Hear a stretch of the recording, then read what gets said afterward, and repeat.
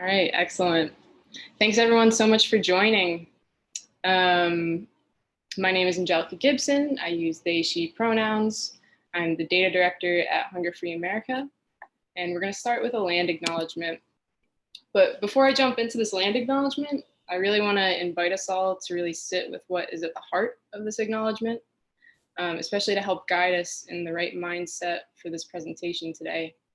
Haishaw's newest book, Systemic Land Theft, describes how the theft of tribal land and the inhumane use of enslaved Africans in the US led to whites owning over 95% of US land.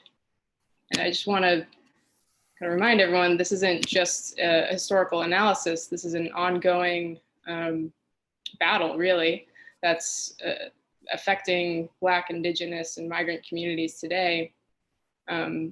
Who aren't just sitting by and accepting this. There's a very active fight surrounding land rights. So I'm speaking from the physical space of New York City.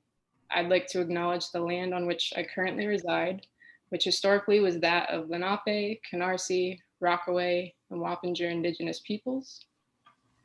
We deliver a land acknowledgement to acknowledge the historical legacy of colonialism by honoring and paying respect to the land, which was taken by conquest, along with the domination of the people who inhabited the land and the imposition of white supremacy. We do it to raise greater public consciousness of Native sovereignty and cultural rights as a small step towards equitable relationship and reparation. We encourage the participants on today's call to privately acknowledge the land that sustains and supports you. If you do not already know your area's history, we've provided a link in the chat to learn more about the Indigenous peoples that live or lived in your area. So please take a moment just to check out that chat and really learn about the history of your land. So if you're new to Hunger Free America, HFA is a nonpartisan national nonprofit building the movement to enact the policies and programs needed to end domestic hunger and ensure that all Americans have sufficient access to nutritious food. We do this through both our direct service and advocacy work, both of which we feel strengthen each other. As the data director, my work really centers around managing our national database of feeding programs. This supports our hunger hotline work. So if you're in need of food assistance, please do reach out to our hunger hotline and they can help you. In addition to managing our national database of feeding programs, I also conduct a lot of our research. One of the reports with which I actually helped was also dropped in the chat, which we're going to reference here, and some statistics from that report in a minute. So HFA's work to end hunger is more pressing than ever. According to a report published by HFA in July 2020, the United States is facing the gravest hunger crisis in modern times, with more than 1 in 3 children missing meals or suffering from reduced portion sizes because their families don't have enough money for food. The rate of child hunger is 5 times higher than before the pandemic, and adult hunger is 2.5 times higher. As domestic hunger increases, all types of low-income families are suffering. But data shows that people of color are impacted at higher rates. HFA data shows that in the spring and summer of this year, 41.1% of Black respondent households experienced food insecurity, as did 36.9% of Hispanic respondent households, in contrast to 23.2% of white respondent households. If you're like me and your eyes glaze over with statistics, that's just over half of the figure for Black respondent households. As a global pandemic and demands for racial justice collide, it is more important than ever to uplift MLK's message of justice. For over 2 decades, Hunger Free America has honored Dr. Martin Luther King Jr.'s legacy by coordinating service events and volunteer action supporting long-term solutions to hunger. With this year's Serve-a-Thon, our hope is that volunteers will learn something new, take action in the fight against hunger, as well as take away some ideas on how to continue working towards and supporting a more equitable community. So we're going to move to discussing some group norms. As we begin the workshop, I'd like to introduce some group norms to frame our dialogue. A safe space is a brave space. We're called to create a brave space where we accept the likelihood that we will be uncomfortable when investigating the issues of race, privilege, and oppression, and our roles within them. Work to recognize your privilege. Use this space to recognize and investigate your privileges, for example, class, gender, sexual orientation, ability. Honor the different experiences we all bring to this space. Take risks. Lean into discomfort. We are all in process. Challenge yourself to contribute even if it is not perfectly formulated. Actively listen. Use your energy to listen to what is said before thinking about how to respond. Notice when defensiveness and denial arise.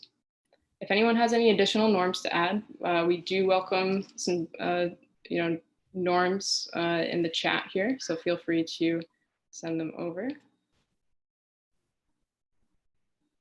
And now we're going to move into the theme of our workshop.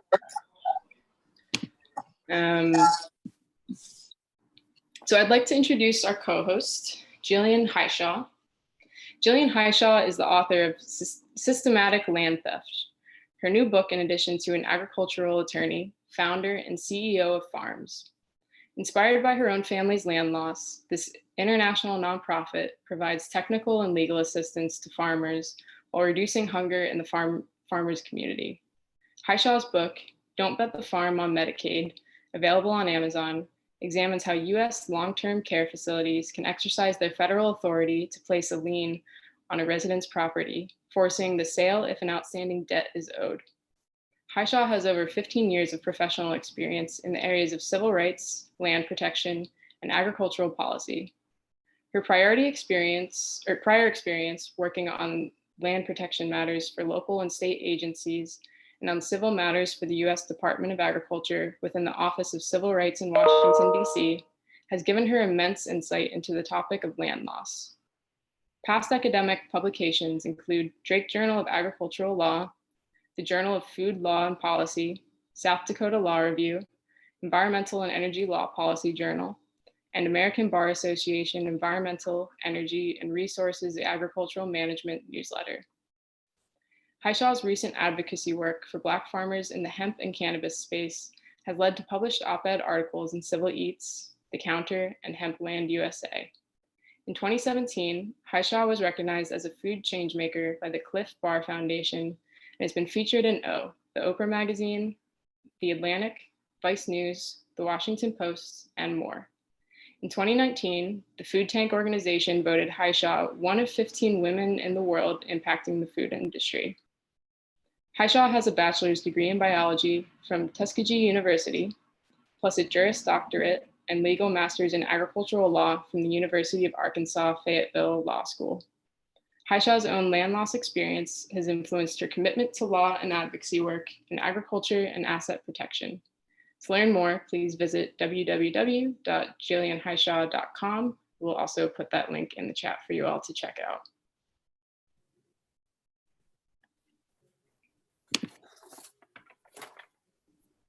So without further ado, I'll turn it over to you. Great. How do I share? How do I get to the? Jillian, there should be at the bottom of your screen something that says share screen. Okay.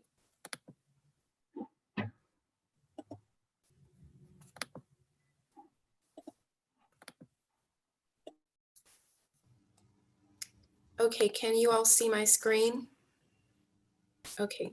Yep.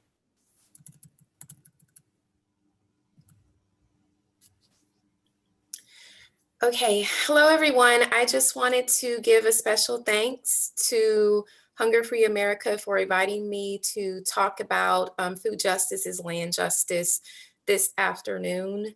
I would like to start off honoring Dr. King and also honoring the land. I am on Catawba land and Cherokee, and I'm located in North Carolina.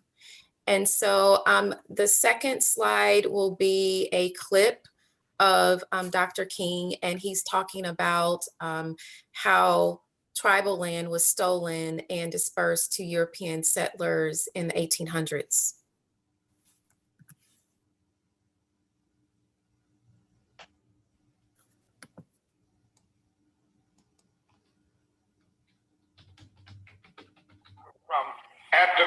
same time that America refused to give the Negro any land, through an act of Congress, our government was giving away millions of acres of land in the West and the Midwest, which meant that it was willing to undergird its white peasants from Europe with an economic floor. But not only did they give the land, they built land-grant colleges with government money to teach them how to farm. Not only that, they provided county agents to further their expertise in farming. Not only that, they provided low interest rates in order that they could mechanize their farm.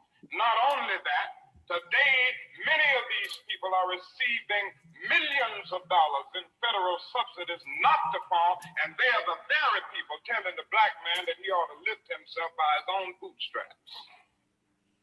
And this is what we are faced with. And this is a reality. Now, when we come to Washington, in this campaign, we are coming to get our check.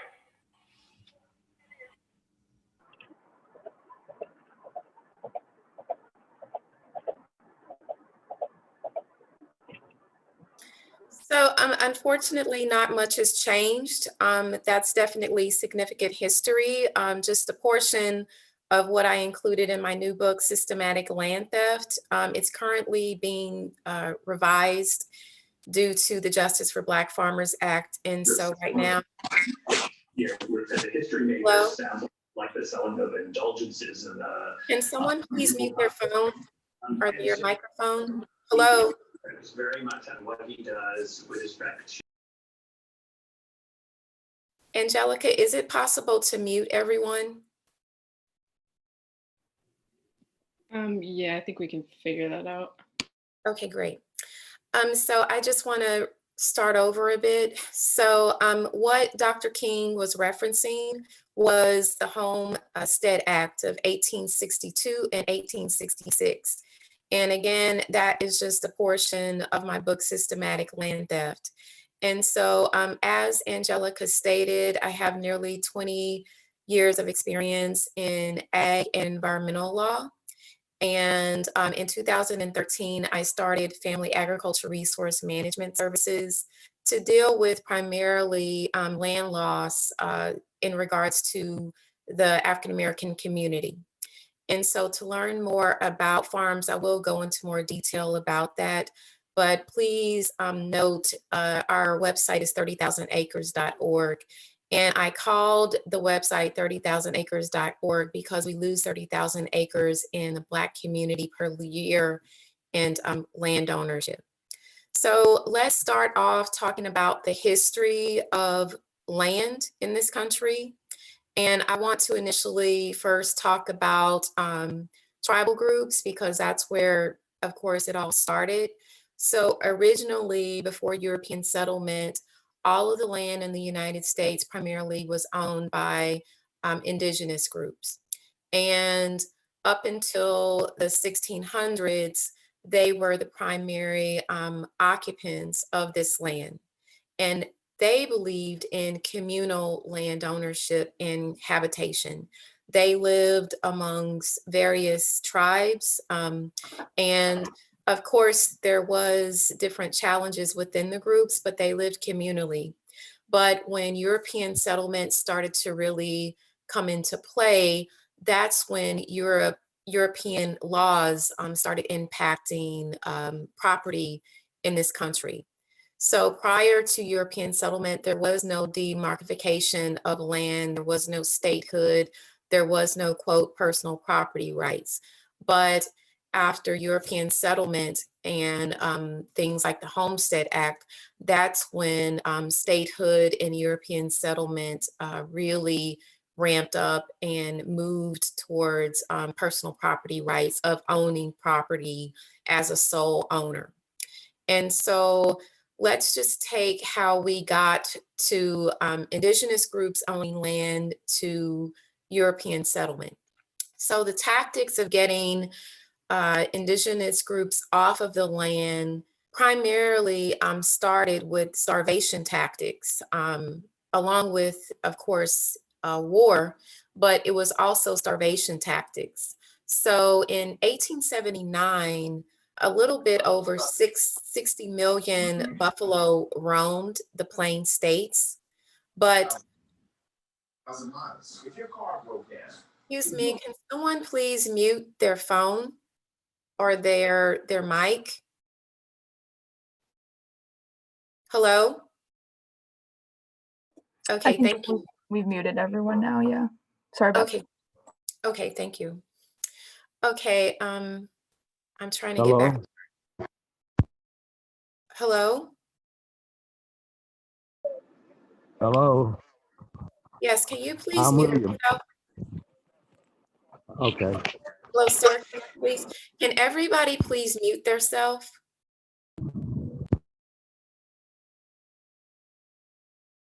And so I only have about 25 minutes, so I really want to focus on the topic and then take questions, but I'm going to start over just to make sure that the topic is covered. So let's see. I started off focused on the loss of land with tribal groups. And so it started with European settlement. And not only was war and murder one of the tactics, but also starvation. And so in 1879, there were close to, or a little bit over rather, 60 million buffalo that roamed primarily the Plain States. And when I say the Plain States, that's the Dakotas, Kansas, Missouri, which is where I'm originally from. But 10 years after, so again, it was 60 million in population in 1879, but by 1889, there were only 541 buffalo left. And so again, one of the tactics towards getting the tribal groups off of the land was starvation. And Europeans knew that buffalo were not only sacred to the tribal groups, but they were also a primary source of food and, just use from the skin to the flesh. And so they purposely revolted. They had a campaign called, quote, kill the buffalo, and they decimated the population. And because of that, not only were tribal groups basically annihilated through killing and war, but they were also annihilated due to starvation. And so again, that's just one of the tactics that is discussed in systematic land theft, but that was also, part of the way of dispossessing tribal groups of their land. And so between 1887 to 1937, 90 million acres was, quote, purchased by the federal government from tribal groups. And a lot of land was lost during that time because, again, the population by that time was decimated based on starvation and murder. And so during this time, also during the early 1900s, the Black community had a peak in ownership. By 1910, Blacks owned upwards to 17 to 18 million acres in land in this country. However, by 2020 and 2021 right now, nearly 90 to 92% of that land has been lost. According to the 2017-19 census that represents the years of 2012 and 2017, collectively, Blacks own about 4.5 million acres, but on average, we lose about 30,000 acres in land ownership, which again references the website and the purpose of the website. Also, 98% of farmland in this country, according to the census, are owned by white Americans, and the remaining 2% are owned by people of color. And so, again, these tactics worked. Whites still own the majority of the land in this country. This country consists of 2.9 billion acres in land ownership. Primarily only 1.9 of those acres are usable, because you have to remember that the U.S. Forest Service owns a lot of land in addition to the Department of Interior. And the Department of Interior, basically under the Bureau of Indian Affairs, basically oversees all of the quote Indian reservation land as well. And so a lot of this land is being managed for quote public service under USDA in the Department of Interior. And then the majority of that land is also owned, of course, privately by private individuals. Now, I don't know if you all seen a recent Forbes article that was released, I believe yesterday or on Sunday, basically stating that Bill Gates was the number one owner of farmland in this country. And he owns about 250,000 acres. He just purchased a large swath of a farm in Washington State. And so, you know, the fact that all of these people own large swaths of land, and I just want to push back on that Forbes article, because the Walton family owns about 500,000 acre ranch in Texas that was bought in 2016. And so, you know, I know that there's other families that own more land than Gates. And then I believe there's another owner that owns about 10 million acres between Colorado and Wyoming. And so when all of these individual people are controlling and, you know, have ownership of over all of this land and acreage, you know, what do you think happens? They control our food system. And when, you know, there's a few number of people controlling the food system, then that leads to an increase in poverty and hunger. And when you don't own land, you know, you don't own anything to me. You know, I don't own a house, and I don't plan on owning a house personally until I own the land to build the house on.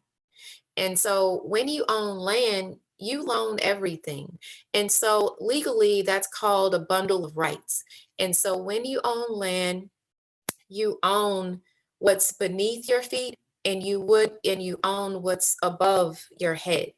And so you own the airspace, and then you own the mineral rights underneath.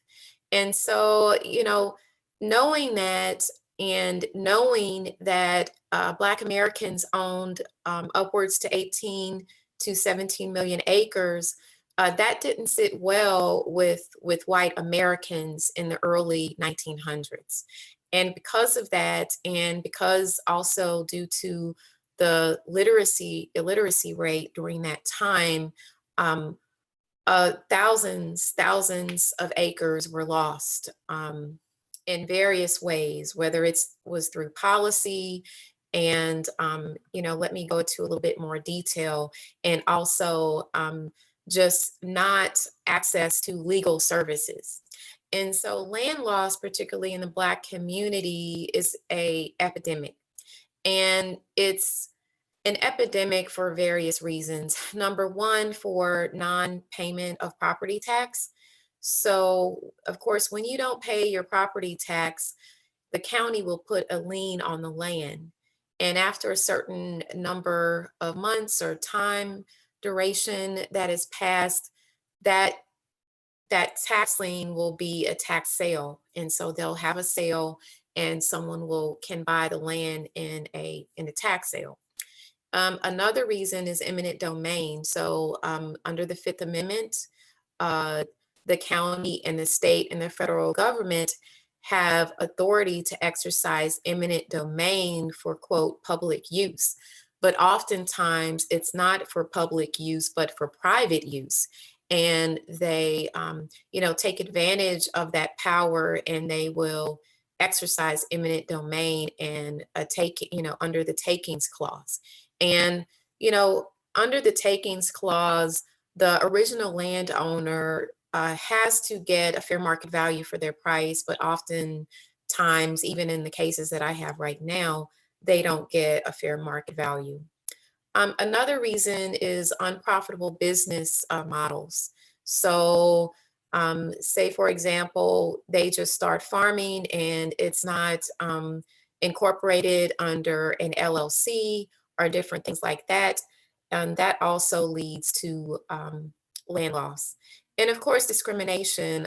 Prior to starting farms, I worked for USDA in DC within the Obama-Vilsack administration in the Office of Civil Rights. And USDA is known for predatory lending practices within the Farm Service Agency.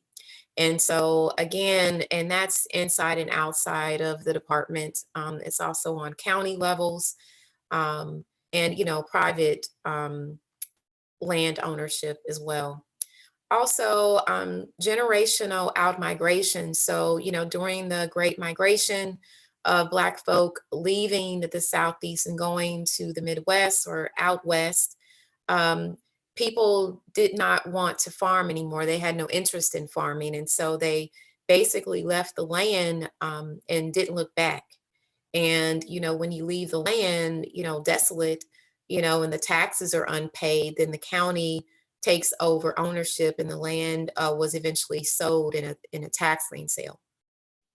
And then the number one reason is also lack of estate planning. So we lose 30,000 acres in land ownership due to what's called legally tenants in common, but in the farm community, it's known as heirs property. So usually how this works is that you have a husband and wife and they own the property, but they pass away without a will. And when they pass away without a will, just in general, the state takes over your estate distribution.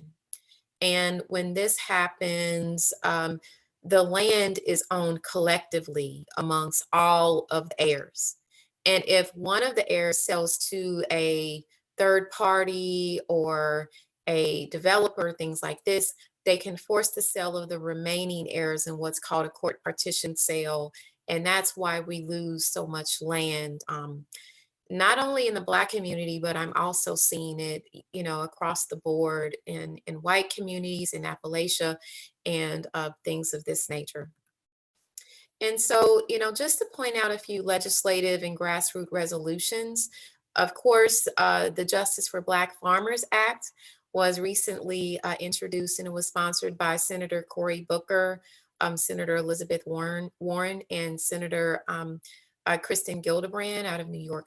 And basically, it's a 78-page act that allocates land to be given back to Black landowners. And it's not only that, but it's just numerous policies and resolutions for the fact that we've lost so much land.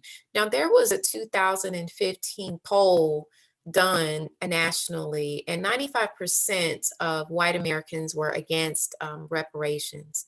And so this bill has not been giving a lot of support. Unfortunately, it has received backlash, but the basis of this bill is needed. And also, in 1997, Pickford v. Glickman, which is, quote, known as the Black Farmers case, was filed, and it was settled for about $2 billion. But the distribution of the monetary award was not fair. And a lot of the original claimants are still languishing. A lot of the original claimants, Social Security check has been frozen. Bank accounts has been frozen since the 1990s. And they are also sitting on foreclosure. And, USDA has been foreclosing on loans that were supposed to be eliminated in the settlement agreement with Pickford v. Glickman, but they're still foreclosing on loans from the 1970s. And because of this, also, that's another reason people, you've already gotten your $2 billion, just take it and go. But that's not necessarily the case. And so there's various nuances here. And so, you know, I do have about 7 to 8 pages of amendments to the current draft, but it's definitely, you know, a bill that needs to be enacted. And it doesn't have to pass. It could also be, you know, passed. These proposed programs can be passed internally, and so it's nothing new. You know, various Black farmer advocacy groups have proposed these changes that are outlined in the bill for decades. Also, the Uniform Partition of Heirs Property Act. So going back to the example of the couple that died without a will. The Uniform Partition of Heirs Property Act has been in existence for about 10 years. It's passed in about 22 different states, and it gives the heirs owners protection from their land being sold under market value. And so if one of the heirs wants to sell, they can't sell to a third party outside of the family automatically. They have to offer it to a family member, which legally is called right of first refusal. And then an appraisal has to take place, and the land has to be sold at fair market value. So there's various protections there. Also, the 2018 Farm Bill had various protections, along with wills and trusts, you know, getting the farmers fair and honest legal services, which is why I started the Farms, my nonprofit. Also, banking initiatives with collective building funding services and entities is also something to consider. And also the Agrarian Land Trust. The Agrarian Land Trust is a new initiative that I consult with the past 2 years. And basically it's 10 different farm sites that basically it redistributes land under a 99-year lease to Black and Brown Americans. And it's allotted to white, usually it's owned by a white farm couple that gives the land to the land trust in the hopes and basically the objective to gift the land to Black and Brown communities to cohabit on the land, which was how, again, indigenous groups originally resided on the land in the States. And so I just want to tell you a little bit about Family Agriculture Resource Management Services. Again, I started the nonprofit in 2013, and it's a legal nonprofit that's not only national, but international. And it consists of 3 different programs. So number 1, of course, is legal services, and that is in the form of basically land and asset protection. So I focus on foreclosure prevention as it relates to reverse mortgages, also as it relates to Medicaid liens, which I wrote a book on about 2.5 years ago. And so people don't realize that when you qualify for Medicaid, that opens up your land and your house to Medicaid lien if you owe an outstanding debt to the nursing home. And so that's also another way of land loss. Also, USDA civil rights complaints. We provide assistance with those complaints as well. And then we offer estate planning services. So we have a collective group of attorneys in our network that we work with, and we provide farmers with free to low cost legal services in regards to executing testamentary wills, putting the land in a trust, different things of that nature. Our second program is our food bank program, Farms to Food Bank program. And over the past 7 years, we have purchased and then donated over 1 million pounds of produce, not only in the United States, but that program is also functioning right now in Sierra Leone, Trinidad, and India. And it originally expanded into Haiti in 2015. Also, our third program is our Farmer Relief Fund. The first 4 years, it was dedicated to a child or a grandchild majoring in ag science at Tuskegee University, which is where I finished up school. But we since changed it to emergency fund, and that covers the gamut. So we've paid cancer treatment bills for our elder farm clients.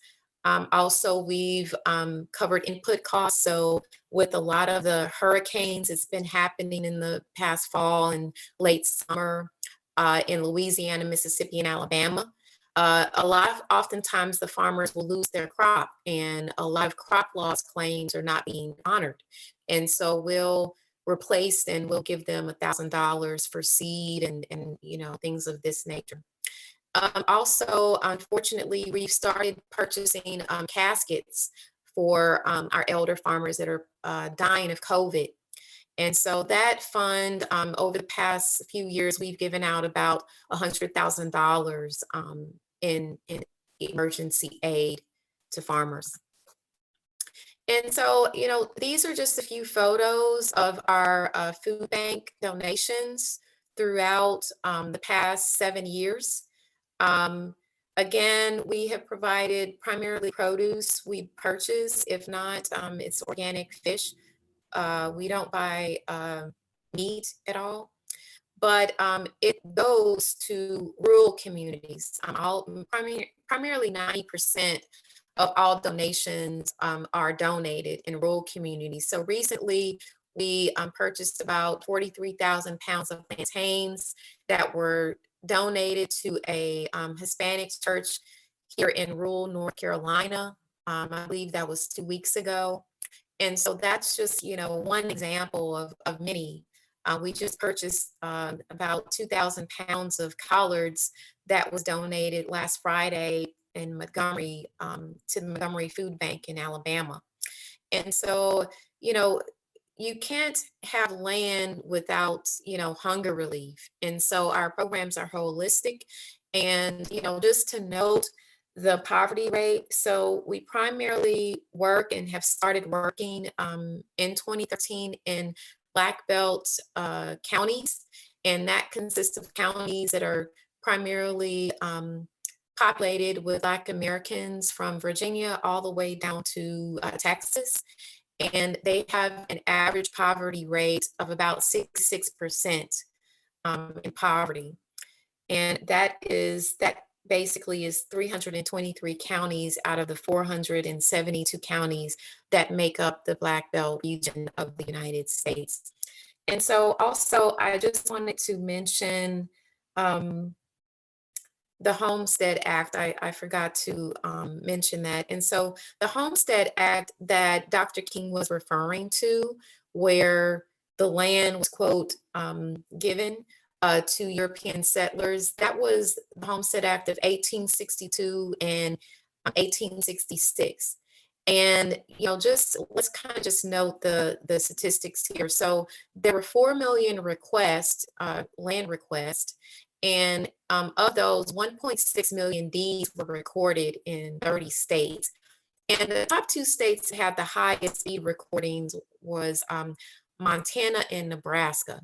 And so that just gives you kind of a length of how, land was taken. And that Homestead Act ran until 1976. A white man, I believe he was a Vietnam vet, state claim to 80 acres in Alaska in 1976 and was deeded that property in 1988 under the last term of Reagan.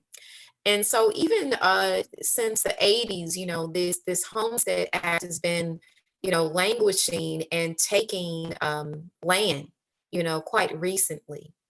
And again, when we have all of these people, some number of people controlling the land, they control economics and they control the food system.